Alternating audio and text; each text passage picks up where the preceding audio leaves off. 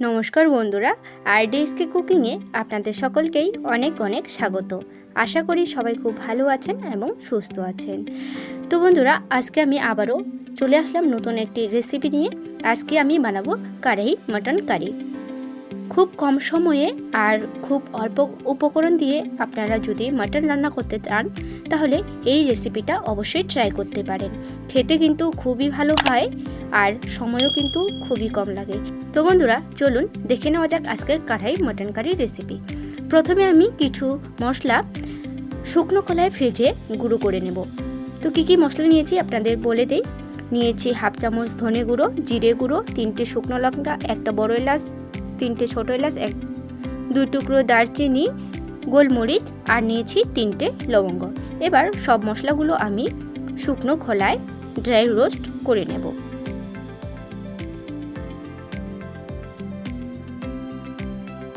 Medium ফ্লেমে নেড়ে চেড়ে হালকাভাবে ড্রাই রোস্ট করে নিতে হবে। খুব বেশি যেন ভাজা না যায়, তাহলে কিন্তু মশলা তেতো হয়ে যায়। এভাবে নেড়ে চেড়ে আমি হালকাভাবে মশলাগুলোকে ভেজে নেব। দেখুন মশলার কালারটা হালকা চেঞ্জ হয়ে গেছে, ভাজা হয়ে গেছে। এবার নামিয়ে গুঁড়ো করে নেব। তো ওই কড়াই আমি রান্না করব, তার জন্য কড়ার মধ্যে দিয়ে দিচ্ছি সর্ষের তেল। তেল দিয়ে প্রথমেই আমি কয়েকটা আলু ভেজে নেব। এখানে আমি একটা বড় সাইজের আলুকে এভাবে ডুমো ডুমো করে কেটে নিয়েছি।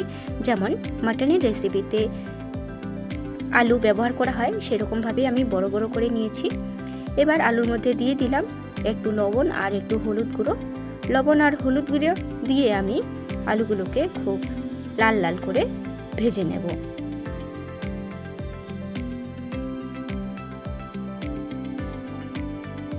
তো বন্ধুরা দেখুন, আলু আমার ভাজা হয়ে গেছে।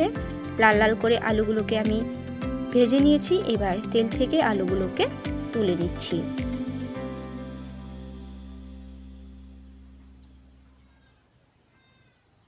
সব আলুগুলো আমি তুলে নিয়েছি। এবার ওই তেলের মধ্যে আবারও একটু সর্ষের তেল দিয়ে দিলাম। তেলটাকে খুব ভালো করে গরম করে নিয়ে এর মধ্যে আমি অ্যাড করছি পেঁয়াজ কুচি। পেঁয়াজটা হালকা করে ভেজে নেব।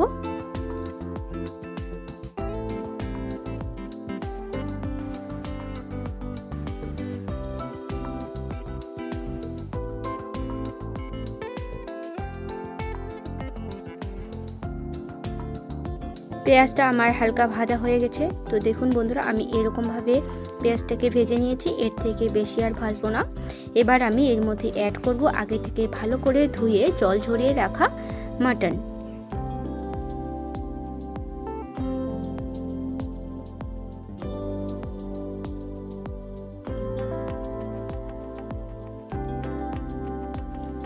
এবার আমি পেঁয়াজের সাথে মটনটাকে 2 থেকে 3 মিনিট ভেজে নিচ্ছি।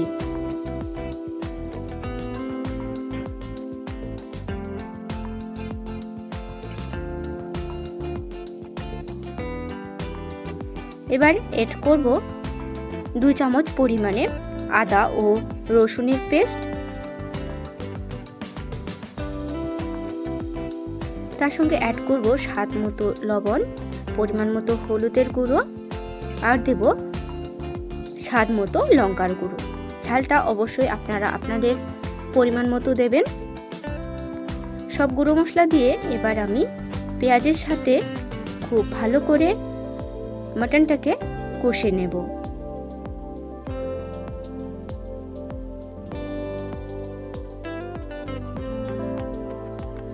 মিডিয়াম ফ্লেমে হাতে সময় নিয়ে একটু এভাবে নেড়ে চেড়ে কষে নিতে হবে।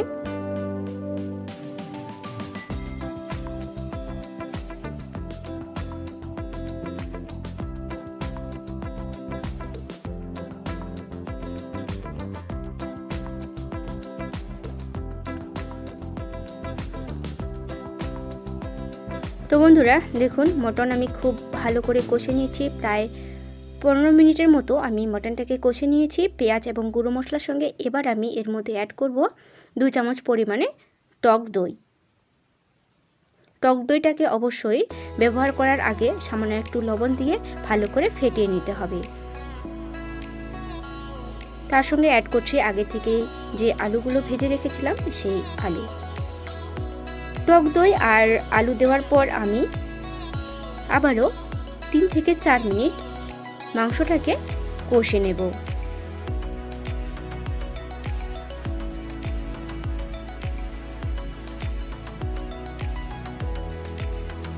আজকের কাড়াই মাটন কারি রেসিপিতে আমি আলু ব্যবহার করছি। আপনারা যারা মাটনে আলু খেতে পছন্দ করেন না তারা কিন্তু আলু ছাড়াও এই রেসিপিটা করতে পারেন। তো বন্ধুরা দেখুন, মাংস আমার খুব ভালো করে কষানো হয়ে গেছে, মাংসর থেকে তেল ছেড়ে গেছে। প্রায় 4 থেকে 5 মিনিট আমি কষে নিলাম। এবার এর মধ্যে আমি পরিমাণ মতো জল অ্যাড করে দিচ্ছি।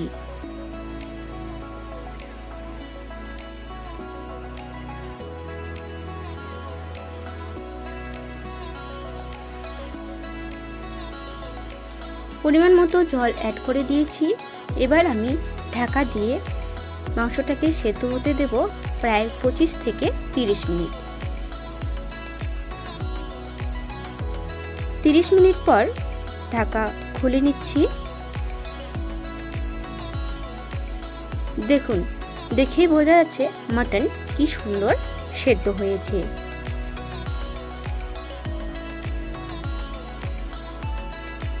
এবার একটু নেড়ে চেড়ে নিলাম ঢাকাটা খুলে। এবার আমি এর মধ্যে অ্যাড করছি আগে থেকে যে মশলাগুলো ভেজে গুঁড়ো করে রেখেছিলাম, সেই গুঁড়ো মশলাটাকে মিশিয়ে নিচ্ছি। আমাদের রান্না প্রায় হয়ে এসেছে। এবার গ্যাসের ফ্লেমটাকে লো করে দিলাম। দিয়ে এরপর থেকে আমি এর মধ্যে অ্যাড করছি আদা কুচি আর কাঁচা লঙ্কা কুচি।